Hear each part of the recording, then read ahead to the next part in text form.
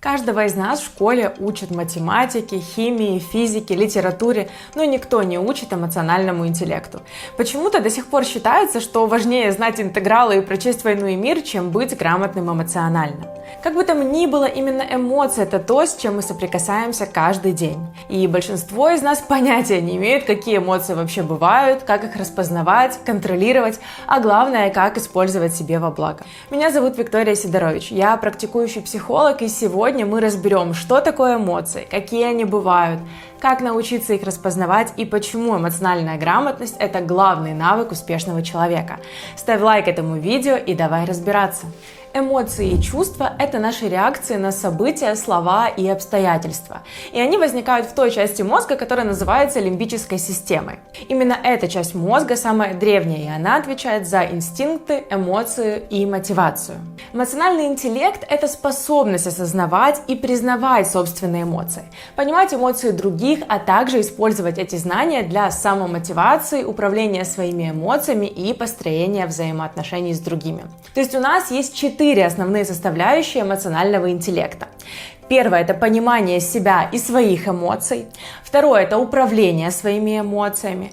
Третье – это понимание эмоций других людей. И четвертое – это построение взаимоотношений с другими людьми. Считается, что эмоциональный интеллект в 2 раза важнее для профессионального успеха, чем IQ.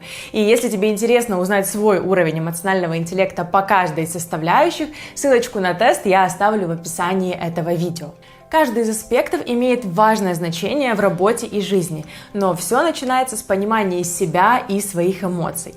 Не умея понимать, что именно мы чувствуем, мы не сможем научиться управлять эмоциями и уж тем более строить здоровые взаимоотношения с другими. Поэтому сегодня мы детально разберем 4 базовые эмоции – злость, печаль, страх и радость. Некоторые подходы выделяют больше базовых эмоций, но мы начнем с этих, так как они первичны. И важно сказать, что все наши эмоции нормальны. Нет плохих или хороших эмоций. Просто каждая из них имеет свою цель и функции, которые важно понимать. И первая эмоция – это гнев или злость. И отвечает она за наши личные границы. Это чувство, естественно, возникает, когда кто-то пытается нарушить наши границы. Физические, эмоциональные, ментальные, финансовые. Злость мобилизирует наши ресурсы, чтобы, так сказать, отбить вторжение. Например, если вам пытаются навязать свою точку зрения или заставить вас делать то, что вам не хочется. Или, возможно, где-то к вам подходит очень близко, и вы чувствуете себя некомфортно. Здесь реакция злости вполне естественна. Исходное предназначение злости – это противостоять сопернику, чтобы защитить нас. Плюсовые проявления этой эмоции – это отстаивать свои границы и интересы, или же еще энергия спортивной злости. Минусовые проявления – это разрушение отношений, репутации или, в принципе, вред другим людям. Контекст этой эмоции всегда здесь и сейчас. Это чувство актуально в моменте, когда нарушают наши границы. Когда мы злимся, наша задача выпустить энергию, и это можно сделать 2 способами. Первое – это включить свое тело, позаниматься спортом, походить, побегать, поприседать, в общем, сделать что-то, чтобы вернуть себе телесное ощущение и разогнать эту энергию. И второе – это выговориться. Здесь тоже есть 2 аспекта. Первое – это сказать тому человеку, который нарушает ваши границы, что вам неприятно то, что он говорит, или что вам не нравится это.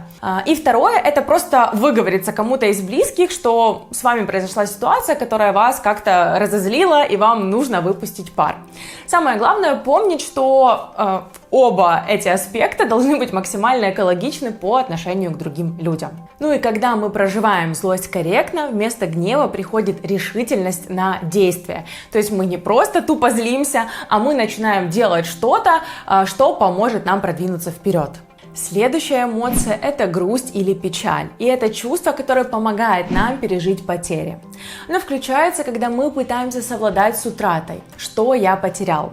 То есть у нас была какая-то эмоциональная связь с чем-то или с кем-то, и потом она закончилась, и от этого нам грустно. Печаль помогает нам справиться с потерей, разорвать связь и высвободить энергию для новой жизни. Например, это могут быть любые потери, начиная от какой-то вещи, работы до потери важных для нас людей. Понятное дело, степень грусти будет разной, но суть одна и та же.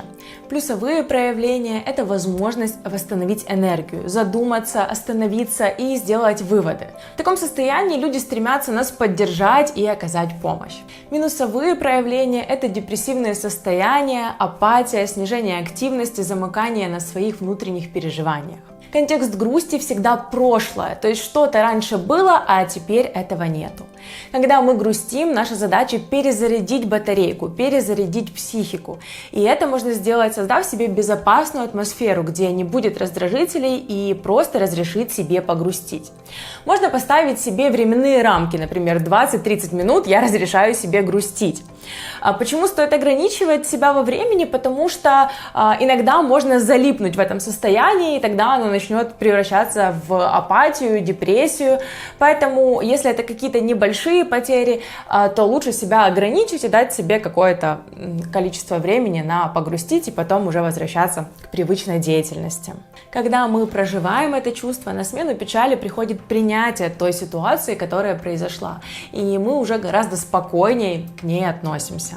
Третья первичная эмоция – это страх. Страх – это забота о безопасности и выживании, а также признак того, что у нас недостаточно информации. Страх возникает тогда, когда нам угрожает опасность или что-то неприятное может произойти. Это попытка избежать возможного неприятного сценария в будущем. Чего ты боишься? Что может произойти? Например, мы идем в темном переулке и слышим какие-то звуки, и это нас пугает. Или мы, например, делали проверку, сдали анализы, и они какие-то неутешительные, но пока непонятно, насколько все серьезно. Здесь чувство страха или тревоги, оно вполне естественно. Плюсовые проявления – это просчитывать риски, быть осторожным, предусмотрительным. Это сигнал о том, что мы могли упустить из виду важное, такой себе стимул подстраховаться.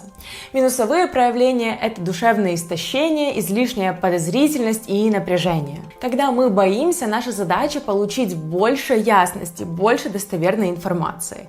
Как это можно сделать? Сначала замереть, остановиться и осознать, чего именно вы боитесь, и точно ли вам что-то угрожает. А потом найти больше информации, которая поможет понять, точно ли переживания имеют смысл. На смену страха обычно приходит спокойствие. Ну и последняя и самая приятная эмоция в этом списке – это радость. Это чувство, когда наши потребности удовлетворены и мы довольны.